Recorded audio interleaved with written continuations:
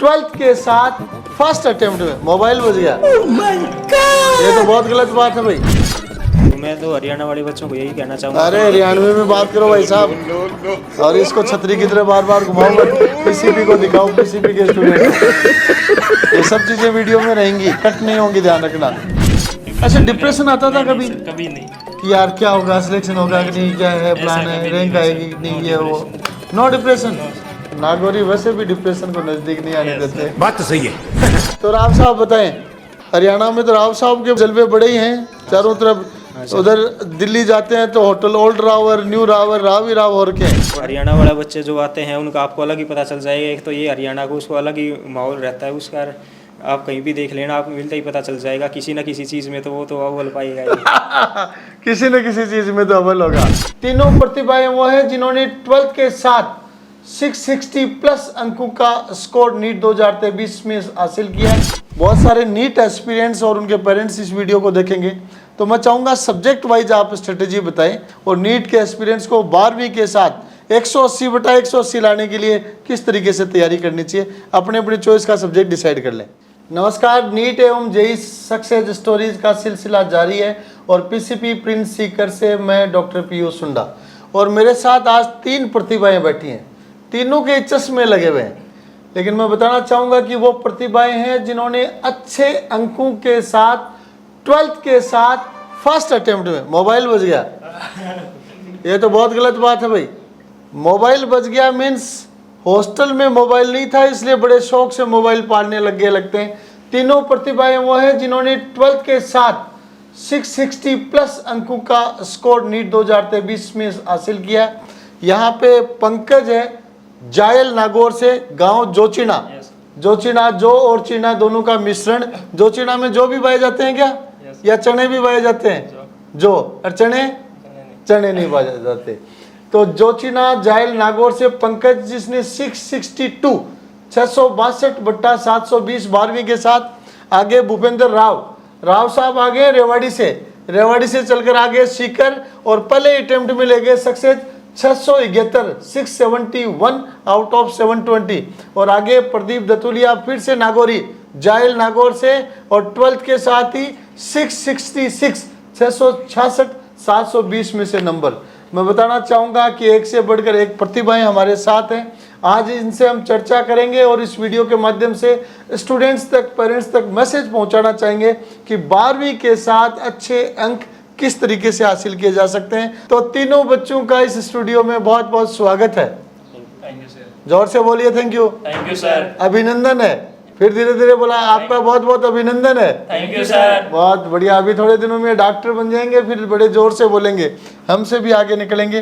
तो मैं चाहूँगा वीडियो को इंटरेस्टिंग रखें, बड़ी काम की चीज़ें वीडियो के माध्यम से दर्शकों तक पहुँचाएं। उससे पहले शॉर्ट इंट्रोडक्शन मैं चाहूँगा तीनों बच्चे अपना अपना दें। सर, मेरा नाम पंकज है। मेरे नीट में 662 अंक हैं और मैं जोचिना गांव से जाइल तहसील में नागौर से हूँ। और मेरे पिताजी एक गवर्नमेंट टीचर हैं और मेरी माताजी हाउसवाइफ हैं। 2 भाई हैं हम, दादाजी है और मेरी दादी है और मेरे बड़ा पूरा परिवार है। Yes sir. बुजुर्ग भी हैं, बच्चे भी हैं। बुजुर्ग भी हैं, बच्चे भी हैं, सब है। सब एक आनंदित माहौल रहता होगा गांव में। Yes sir. शाम को ऐसे बैठक बनती है कि नहीं? सर बनती है जी। गपशप होते हैं कि नहीं शाम को? होती है रोज। बतलाउन बोलते हैं, क्या बोलते हैं उसको? हथाई बोलते हैं।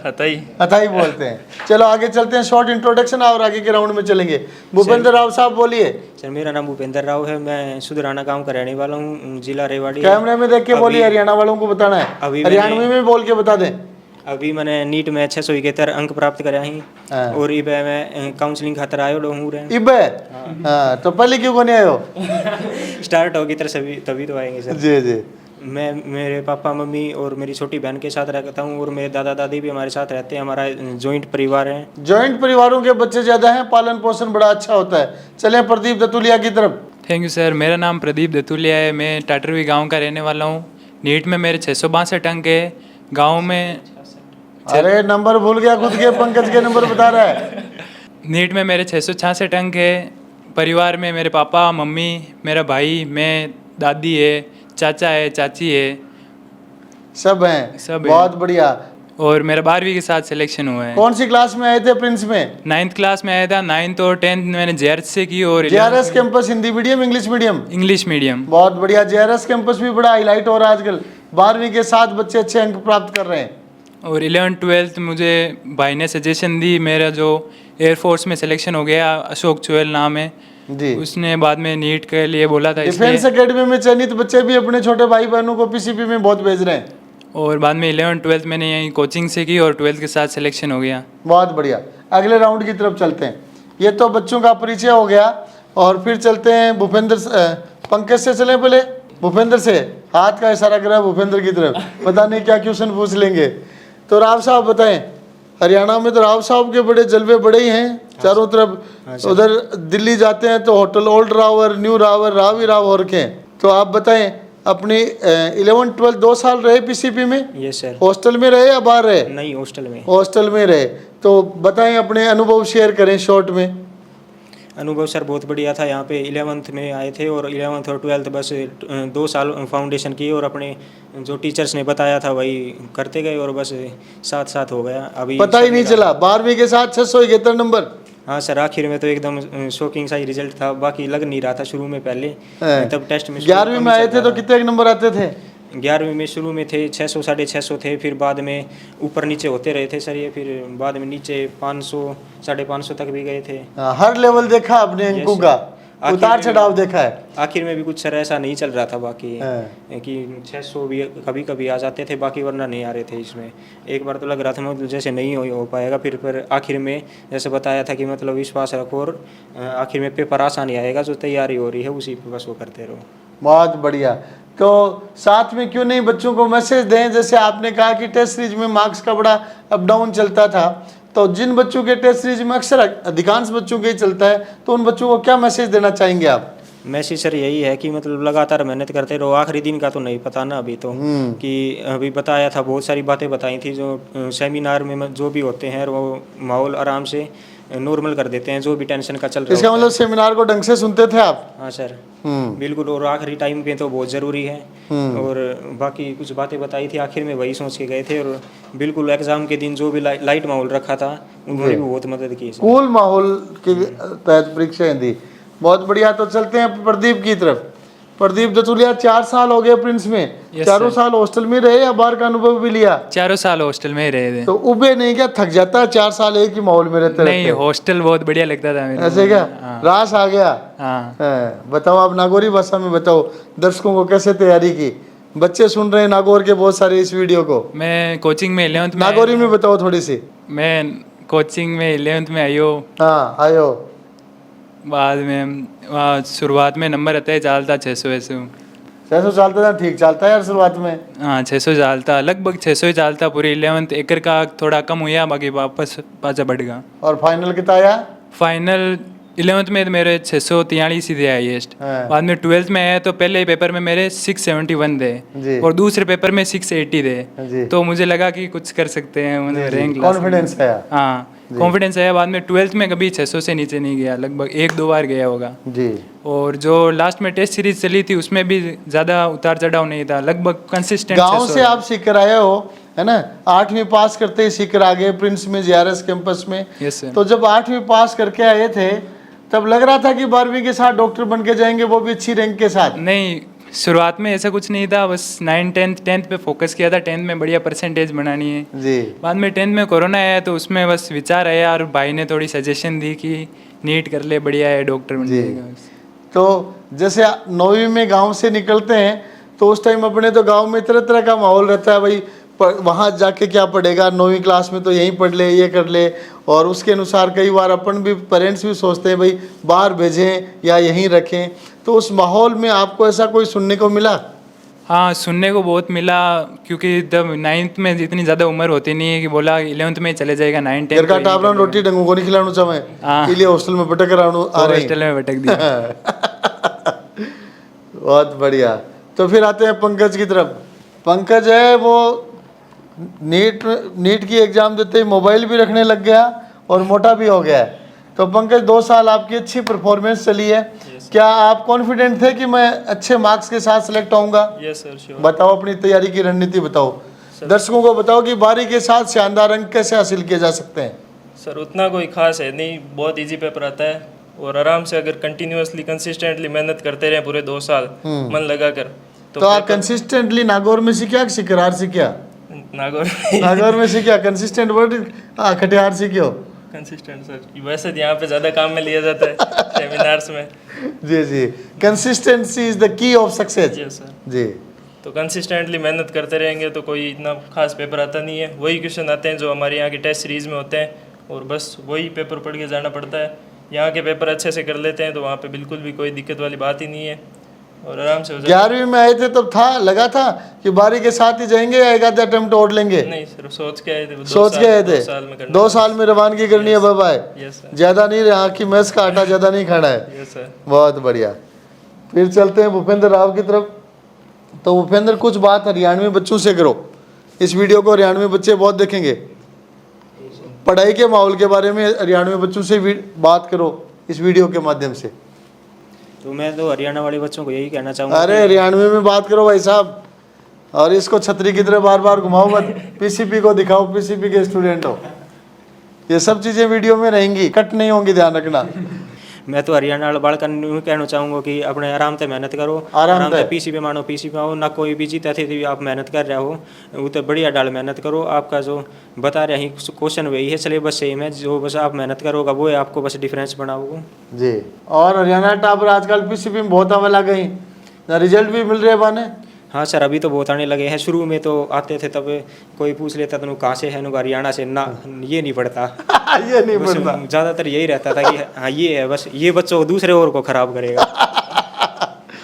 लेकिन धीरे धीरे बच्चों का अभी पढ़ाई का निकले रुझान गए। बढ़ा है। हमारे गांव से भी अभी 2 सिलेक्शन हो चुके थे जी मेरे से जी पहले। जी जी। तब मैं आया था तब तो घर वालों ने भी मतलब यहीं पे किन किन बच्चों का सिलेक्शन हुआ था आपके गांव से पहले? 2 बच्चों को हमारे गांव से यहीं से पहले, मेरे से पहले सक्सेस मिली है। एक लड़के का नाम यमन है और एक और लड़की है जो मेरे से पहले ही आए थे यहीं पे। तो उन्होंने सिलेक्शन हुआ तो रास्ता दिखाया, और रास्ता दिखाया तो भूपेंद्र रास्ते पे आ गया और पहली बार में छक्का मार दिया 671 अंक का। यस सर, यात्रा सफल रही। बिल्कुल सर। जी। तो हरियाणवी बालकन कोई और मैसेज दो यार, हरियाणवी बालकन मैसेज की ज़्यादा ज़रूरत है।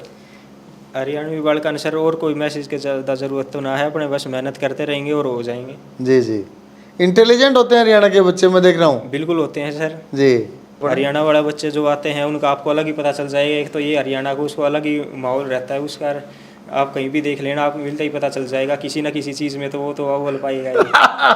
किसी न किसी चीज़ में तो अव्वल होगा, बिल्कुल या तो पढ़ाई में होगा या नहीं तो स्पोर्ट्स में होगा। इन दोनों में नहीं होगा तो किसी कुछ मात में अव्वल हो जाएगा। बिल्कुल सर। लेकिन पीसीपी में आ गया, प्रिंस में आ गया तो कुछ मात तो चलेगी नहीं। पढ़ाई या खेलकूद 2 में से एक में अव्वल रहना पड़ेगा। मानते हो कि नहीं आप बात हाँ को? सर, उसमें भी हो जाते हैं, पढ़ाई में भी हो जाते हैं। जी, बहुत अच्छा। अब मैं नेक्स्ट राउंड चलता हूँ। बहुत सारे नीट एस्पिरेंट्स और उनके पेरेंट्स इस वीडियो को देखेंगे, तो मैं चाहूँगा सब्जेक्ट वाइज आप स्ट्रेटेजी बताएं। एक एक सब्जेक्ट फिजिक्स, केमिस्ट्री, बायोलॉजी ले लें और नीट के एस्पिरेंट्स को 12वीं के साथ 180/180 लाने के लिए किस तरीके से तैयारी करनी चाहिए। अपने अपने चॉइस का सब्जेक्ट डिसाइड कर लें। कौन कौन सा सब्जेक्ट बताएगा? फिजिक्स प्रदीप बता देगा, बायो भूपेंद्र बता देगा, तो पंकज के पास बच गई केमिस्ट्री पंकज बता देगा। तो चलो प्रदीप से ही शुरुआत करो।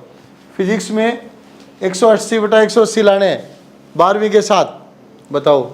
फिजिक्स में कुछ नहीं, बस क्वेश्चन प्रैक्टिस करते रहनी है। और सिलेक्शन होते ही बच्चे कहते हैं कुछ नहीं, और जब तक सिलेक्शन नहीं होता तब तक महाभारत लगती है।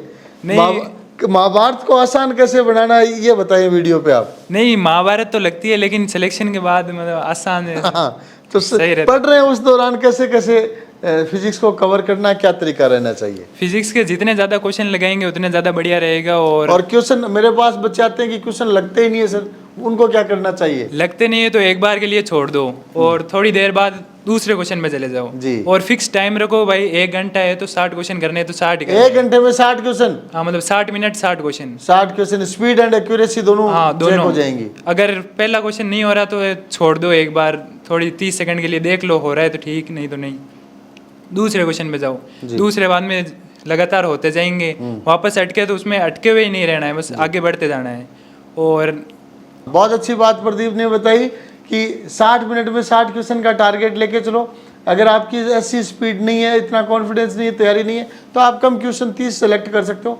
टाइमिंग 1 घंटे का डिसाइड किया, क्वेश्चन अटेम्प्ट किया, ट्राई में लगा कि नहीं हो रहा है तो उसको वहीं छोड़ दीजिए, अगले पे आ जाइए, ऐसे और चलते जाइए। जो छोड़ दिए थे वो एक बार वापस ट्राई कर लो। एक राउंड हो गया तो फिर से ट्राई करो, मेन फिर पेपर से की ट्राई तरह। कर लो और 5-10 मिनट और एक्स्ट्रा दे दो, इतने ही बचेंगे 5-10 क्वेश्चन जो मुश्किल होंगे, बाकी तो इतना मुश्किल नहीं होता नीट तो में। पहली बात तो आपने बता दी क्वेश्चन प्रैक्टिस। हाँ। और बताओ फिजिक्स में दूसरा मूल मंत्र, और गुरु बस- मंत्र दो। अब तो गुरु हो गए हो तो गुरु मंत्र रिलीज कर वो दीजिए। जो नहीं हुए बाद में डाउट काउंटर पे जाके फैकल्टी से पूछो, बहुत टॉप फैकल्टी है पीसीबी की, जो भी पूछोगे वो बता देंगे। ठीक है, तीसरा गुरु मंत्र एक और बता दो फिजिक्स के लिए, या 2 से काम चल जाएगा? 2 से चल जाएगा, मेरे 2 से चल गया था बाकी। बहुत बढ़िया। अब आ जाए भूपेंद्र, बायोलॉजी 360 का मामला डबल दे दिया आपको।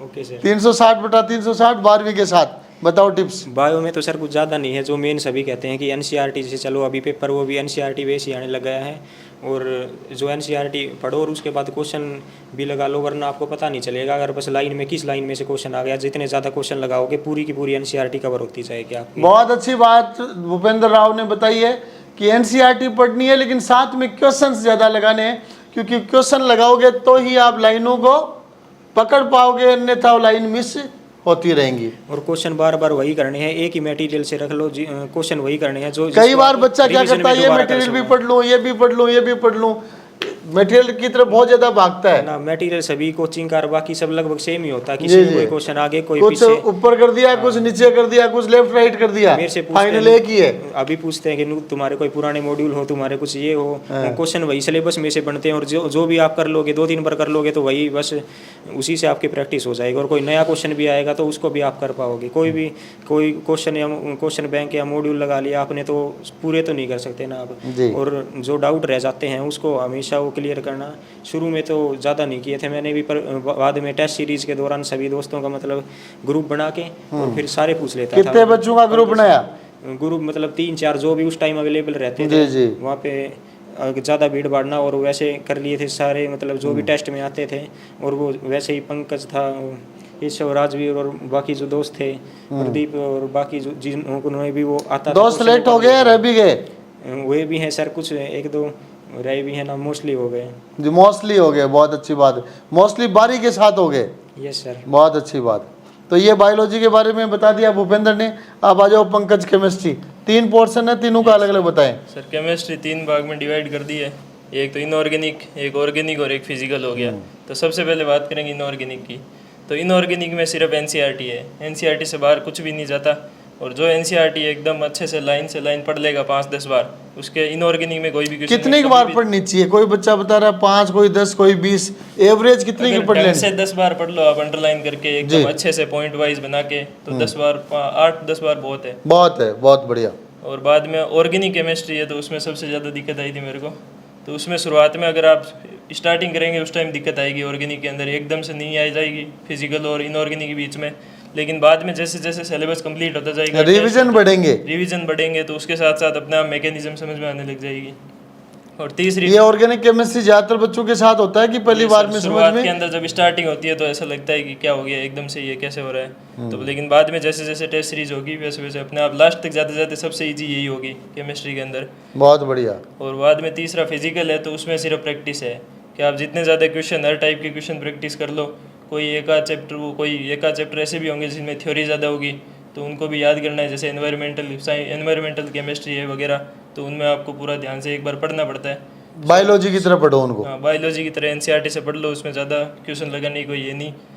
तो यही है सर। बहुत बढ़िया। तो तीनों बच्चों ने तीनों सब्जेक्ट के टिप्स बता दिए हैं, और 180 360 मीन्स 12वीं के साथ 720 बटा 720 कैसे लाया जा सकता है, इसके टिप्स भी बता दिए हैं। तो मैं मानता हूं कि इस वीडियो को देखने वाले स्टूडेंट्स, पेरेंट्स को नीट 2024 को क्रैक करने में मुश्किल नहीं होगा।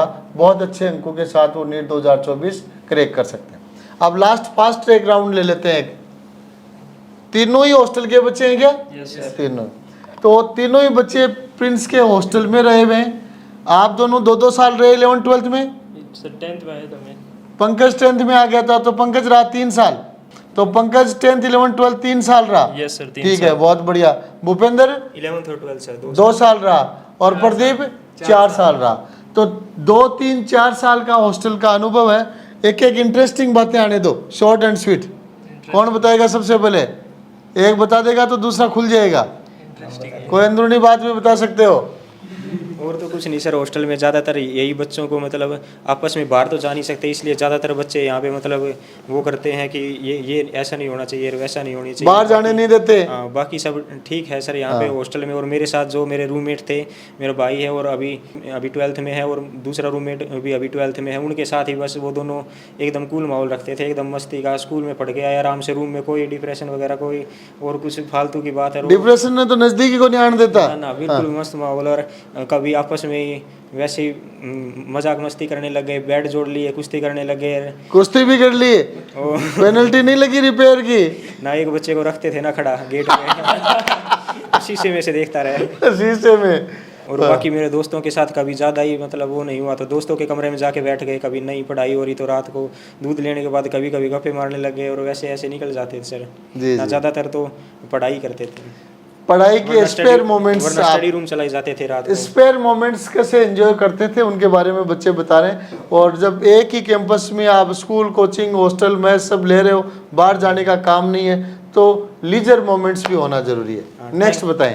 पहले तो लगता था कि हॉस्टल में बहुत ज़्यादा बाउंडेशन है, ये है वो है, लेकिन अब सिलेक्शन के बाद लग रहा है वो बाउंडेशन सही थी। मोबाइल नहीं रखना, बाहर फालतू में घूमने नहीं देना, बहुत सही है। वो बाउंडेशन नहीं रहती तो पता नहीं प्रदीप इस टाइम टारगेट कर रहा होता। हाँ, हो सकता है कुछ भी जी।